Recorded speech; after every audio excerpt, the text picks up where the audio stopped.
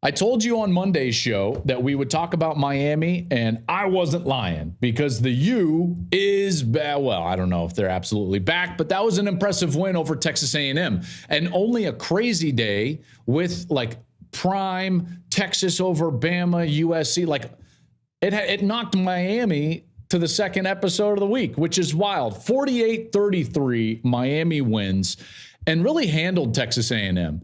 Credit to Mario Cristobal. Credit to the Hurricanes. You faced a little adversity. 17-7 early in that game. You can think to yourself like, oh man, here we go again. And all they did is just rip off 41 points. Good on Miami. And there are some things that are going on with this Miami team that make me believe that this is a team that could wind up in the ACC Championship game. I really believe that. First of all, that offense looks way better than a year ago. Way better than a year ago. Tyler Van Dyke, quarterback play. He played great.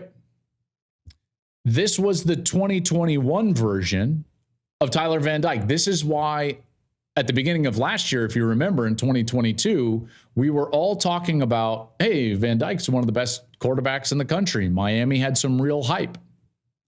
It didn't pan out, largely because of injuries, but also because of style, okay? Hear me out on this. Miami has a new offensive coordinator. That offensive coordinator is named Shannon Dawson. All right. I'm a big believer in the way that you were raised, your blueprint, your fingerprint, I think I should say. Let's use fingerprint. Your fingerprint as a coach. Where did it develop? Who raised you as a coach? Well, Shannon Dawson really cut his teeth under the air raid system, namely Dana Holgorsen and Hal Mumme. Coached with Hal Mumme back at, Southeast Louisiana, coached under Dana Holgorsen. Like, that's his tree. So he's got the spread routes and the passing routes and the simplicity of that simple. That's the way that he learned it, and I'm sure he teaches it, okay? If you go back to 2021, Tyler Van Dyke's offensive coordinator was Rhett Lashley, who's now the SMU head coach after Sonny Dykes moved on. Rhett Lashley, while not in the exact same tree, was a Gus Malzahn disciple. Spread simplicity.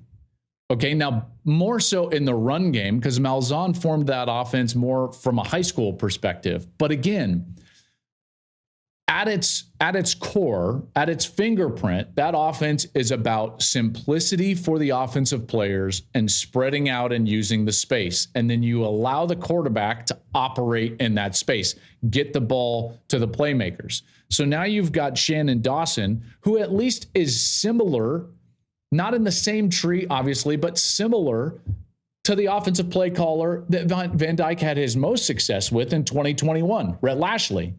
I think that makes a big deal. Let me give you an example. Okay. I'll give you a personal example about this.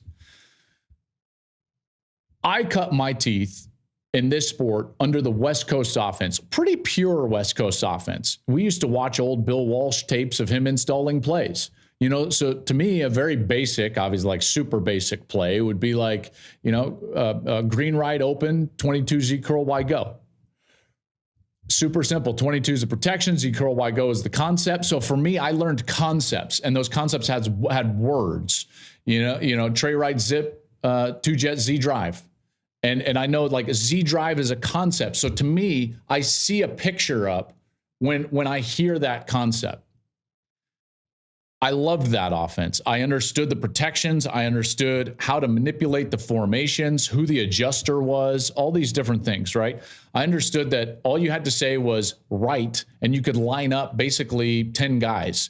And then based on the word, whether it was wing right, tray right, deuce right, red right, green right, eye right, open right, all these different things, it would move one guy. And that one adjuster would then make a different formation. You could get into different personnel groups. So in that offense that I loved, we had personnel groups. We had the pro personnel group. We had zebra personnel group. We had eagle personnel group. We had U group. We had tiger. We had vandal. All of those were different personnel groups. Now, there are some offenses that do it very differently. They call it 10 personnel, 11 personnel, 12 personnel, 21 personnel. And that offense, or those styles of offense, are numbering how many backs do you have and how many tight ends do you have in the game. So if it's 10 personnel, you have one back, no tight ends. What does that leave you? 4 wide receivers. You get what I'm saying. Offensive football is all about language, and there are some languages that some players are more comfortable with.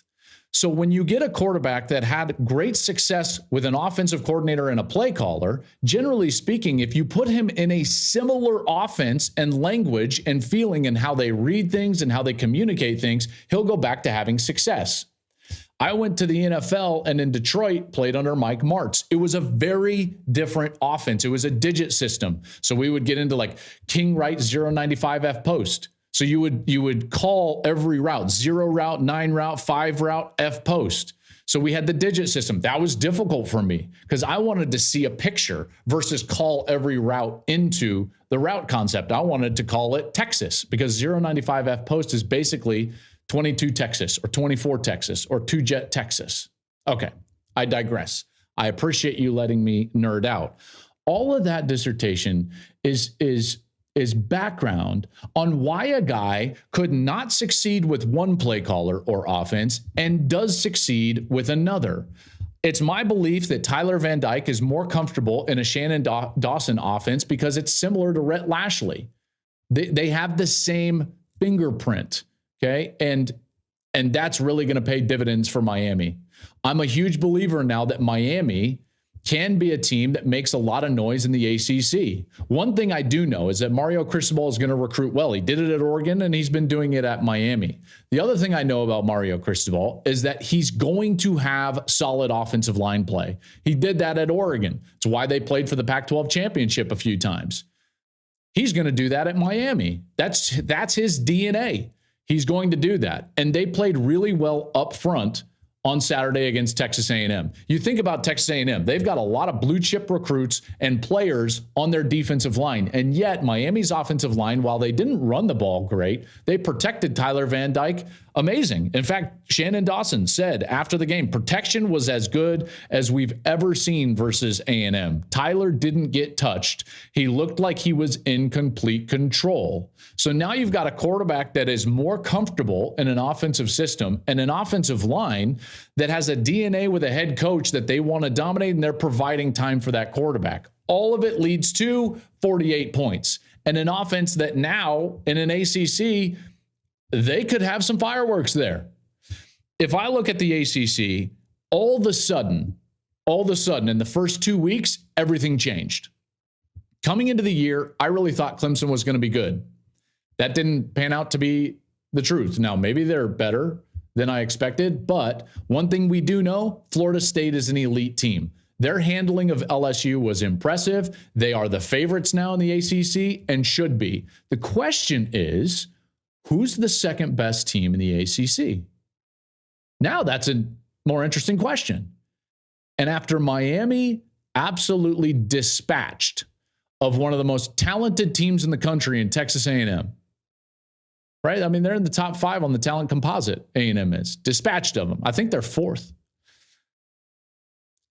Now Miami can at least have an argument to lay claim to that number 2 spot. Look at the ACC.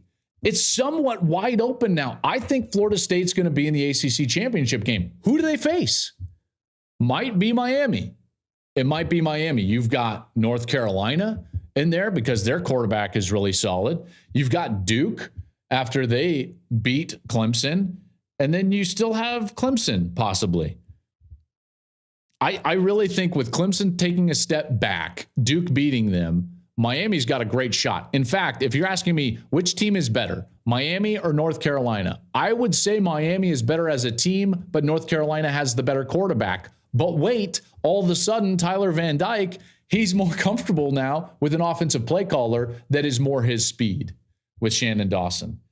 I'm a big believer. I'm a big believer in Miami right now. They're going to be 5-0 when they face North Carolina. That's a huge matchup, and I can't wait for that game. They very well might be the representative in that ACC championship game. And then wouldn't it be amazing, by the way, that like we finally, when Florida State and Miami went to the ACC, and originally it was like, well, they're going to play every year for the.